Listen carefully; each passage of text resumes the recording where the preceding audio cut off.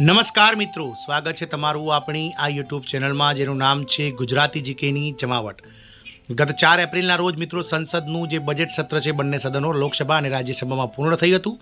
ત્યારે લોકસભાના છેલ્લા દિવસે એટલે કે સદનના કામગીરીના છેલ્લા દિવસે એક સાંસદ દ્વારા લોકસભામાં મહિલા અને બાળ વિકાસ વિભાગના મંત્રીને લોકસભામાં આંગણવાડી કેન્દ્રના પગાર વધારા તેમજ જે હાલમાં આપવામાં આવતું ટેક હોમ રાશન એટલે કે THR વિશે પ્રશ્ન પૂછ્યો હતો। જાણીએ વિડીયોમાં વિગતવાર કે સાંસદ દ્વારા આંગણવાડી કર્મચારીઓના પગાર વધારાને સાથે જ મિત્રો જે પોષણ 2.0 કાર્યક્રમ હેઠળ ટેક હોમ રેશન એટલે કે મિત્રો જે ઘરે રેશન આપવામાં આવે છે મિત્રો લાભાર્થીઓને, તેને લઈ અને સાંસદે શું પ્રશ્ન કર્યો હતો તેના વિશે વિડીયોમાં વિગતવાર ચર્ચા કરીએ। તો આજના આંગણવાડી સમાચારમાં આપ અંત સુધી બન્યા રહો, જેથી કરીને ચેનલ પર મૂકવામાં આવતા આવા આંગણવાડી કર્મચારી, પેન્શનર્સ, સરકારી કર્મચારી, પગાર વધારા વગેરેના ન્યૂઝ તમને અમારા ચેનલ પરથી સરળતાથી ઉપલબ્ધ થઈ જાય। તો લોકસભામાં સાંસદે પૂછ્યું હતું કે લાભાર્થીઓને ટેક હોમ રેશન એટલે કે સૂકા રાશનના બદલે શું સરકારની રોકડ આપવાની કોઈ યોજના છે? અને હા, વર્ષ 2018 બાદ જે કેન્દ્ર સરકાર દ્વારા ICDS પ્રોજેક્ટમાં 60% માનદ વેતનનો હિસ્સો જે કેન્દ્ર સરકારનો છે તેમાં વધારવાની આગામી સમયમાં સરકારની શું યોજના છે તેને લઈ અને ગત 4 એપ્રિલે લોકસભાના સદનના છેલ્લા દિવસે બજેટ સત્રના છેલ્લા દિવસે આ સાંસદ દ્વારા પ્રશ્ન પૂછવામાં આવ્યો હતો।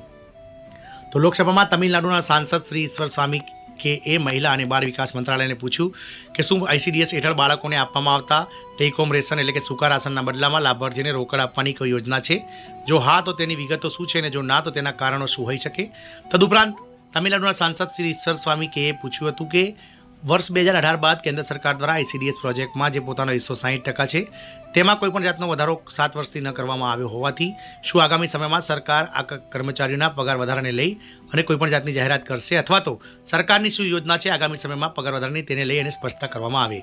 સાંસદે એ પણ પૂછ્યું હતું કે દેશના તમામ રાજ્યોમાં 5 વર્ષથી ઓછી ઉંમરના બાળકોના આધાર નોંધણીની વિગતો શું છે અને બાળ વિકાસ મંત્રાલય દ્વારા યોજનામાં વધુ બાળકોને સામેલ કરવા, ચોરી અટકાવવા અને તેની વિતરણ વ્યવસ્થામાં પારદર્શિતા લાવવા માટે કયા પગલાં લેવામાં આવ્યા છે? રાશનની ચોરી અટકાવવા અને તેની વિતરણ વ્યવસ્થામાં પારદર્શિતા લાવવા અંગેના પ્રશ્નોના જવાબ આપતા મહિલા અને બાળ વિકાસ રાજ્યમંત્રી શ્રીમતી સાવિત્રી ઠાકુરે જણાવ્યું હતું કે મિશન સક્ષમ આંગણવાડી અને પોષણ 2.0નો ઉદ્દેશ પોષણ સામગ્રીના વિતરણ દ્વારા બાળકમાં કુપોષણ અને માતામાં કુપોષણની સમસ્યાનું નિરાકરણ લાવવાનો છે।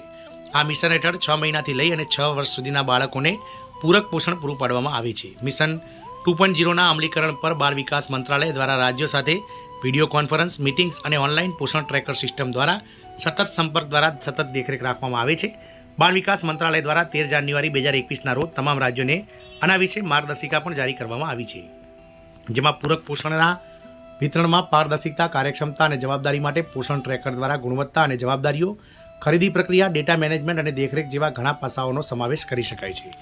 પોષણ ટ્રેકરના કેટલાક ફાયદા અહીં છે। પોષણ ટ્રેકરમાં નોંધાયેલા બધા લાભાર્થીઓને આધાર ચકાસણી દ્વારા પ્રમાણિત કરવામાં આવે છે। પોષણ ટ્રેકરમાં નોંધણી કરાવ્યા પછી બધા લાભાર્થીઓને આંગણવાડી કેન્દ્રો પર ઉપલબ્ધ સેવાઓ વિશે SMS દ્વારા જાણ કરવામાં આવે છે। THR એટલે કે ટેક હોમ રેશનના વિતરણ અંગે લાભાર્થીઓના રજિસ્ટર મોબાઈલ નંબર પર પોષણ હેલ્પલાઇન વિગતો સાથે SMS ચેતવણીઓ મોકલવામાં આવી રહી છે। જો લાભાર્થીને THR એટલે કે ટેક હોમ રેશન ન મળે તો તે પોષણ હેલ્પલાઇન પર ફરિયાદ નોંધાવી શકે છે। ન્યુટ્રિશન ટ્રેકરમાં વૃદ્ધિ દેખરેખના વાસ્તવિક રેકોર્ડ્સને ઓટોમેટિક જનરેટ થયેલા માસિક અહેવાલો દ્વારા બદલવામાં આવ્યા છે। આ અહેવાલો ડાઉનલોડ કરી શકાય છે અને સુપરવાઇઝર સમીક્ષા બેઠકોમાં તેનો ઉપયોગ કરી શકે છે। આંગણવાડી દ્વારા ઘરે મુલાકાત હવે પોષણ ટ્રેકરમાં આપમેળે શેડ્યુલ કરવામાં આવે છે, જેના માટે તેમને રિમાઇન્ડર્સ પણ મળે છે। પૂર્ણ થયેલા અને બાકી રહેલ હોમ વિઝિટ રિપોર્ટ્સ ન્યુટ્રિશન ટ્રેકરમાં ઉપલબ્ધ છે। કુપોષણની સૂચનાનો ડેટા દર મહિને પોષણ ટ્રેકર પર ઉપલબ્ધ હોય છે। NFSSની તુલનામાં પોષણ ટ્રેકર દર મહિને લગભગ 7-8 કરોડ બાળકોનું સતત માપન કરે છે, જેનાથી લાભાર્થીઓની પોષણ સ્થિતિ જાહેર થાય છે। ન્યુટ્રિશન ટ્રેકરમાં વૃદ્ધિ દેખરેખ, ઘરે મુલાકાત અને આંગણવાડી કેન્દ્ર ખોલવાના આધારે પ્રોત્સાહનો માટે યોગ્યતાની આપમેળે ગણતરી કરવાની સિસ્ટમ છે।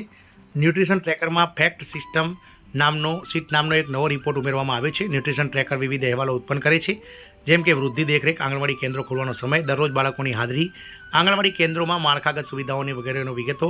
આ અહેવાલો સુપરવાઇઝર, CDPO અને DPO સહિત તમામ સ્તરે ઉપલબ્ધ છે। પોષણ મિશન 2.0 હેઠળ આંગણવાડી કાર્યકરોને કાર્યક્ષમ દેખરેખ અને સેવા વિતરણ માટે સ્માર્ટફોન આપીને તકનીકી રીતે સશક્ત બનાવવામાં આવ્યા છે। પોષણ ટ્રેકર નામની મોબાઈલ એપ્લિકેશનને આંગણવાડી કાર્યકરો દ્વારા ઉપયોગમાં લેવાતા ભૌતિક રજિસ્ટરનું ડિજિટલાઇઝેશન છે। બાળકોને આપવામાં આવતા સૂકા રાશનના બદલામાં લાભાર્થીઓને રોકડ રકમ આપવા અંગે કેન્દ્રીય રાજ્યમંત્રી શ્રીમતી સાવિત્રી ઠાકરે જણાવ્યું હતું કે હાલમાં બાળ વિકાસ મંત્રાલયનો આવો કોઈ પ્રસ્તાવ વિચારણા હેઠળ નથી। પગાર વધારાને લઈ અને બાળ વિકાસ મંત્રી શ્રીમતી સાવિત્રી ઠાકુરે જણાવ્યું હતું કે વર્ષ 2018 બાદ સરકાર દ્વારા અનેક જે સરકારી સુવિધાઓ છે, જેમ કે મિત્રો પીએમ જે છે તે મિત્રો વયવૃદ્ધ યોજના, સાથે જ મિત્રો જે પીએમ જીવન જ્યોતિ યોજના એટલે કે વીમા યોજનાઓ, સાથે જ મિત્રો જે પ્રધાનમંત્રી આયુષ્યમાન ભારત યોજના છે તેના લાભો, સતત સેવાઓ જે છે તે મિત્રો આ કર્મચારીઓને સરકાર દ્વારા આપવામાં આવી રહ્યા છે. અને આગામી સમયમાં નાણાં વિભાગ સાથે પરામર્શ ચાલુ છે. નાણાં વિભાગ પાસે આ કર્મચારીઓની જે મિત્રો પગાર વધારાની ફાઇલ છે તે અટવાયેલી છે.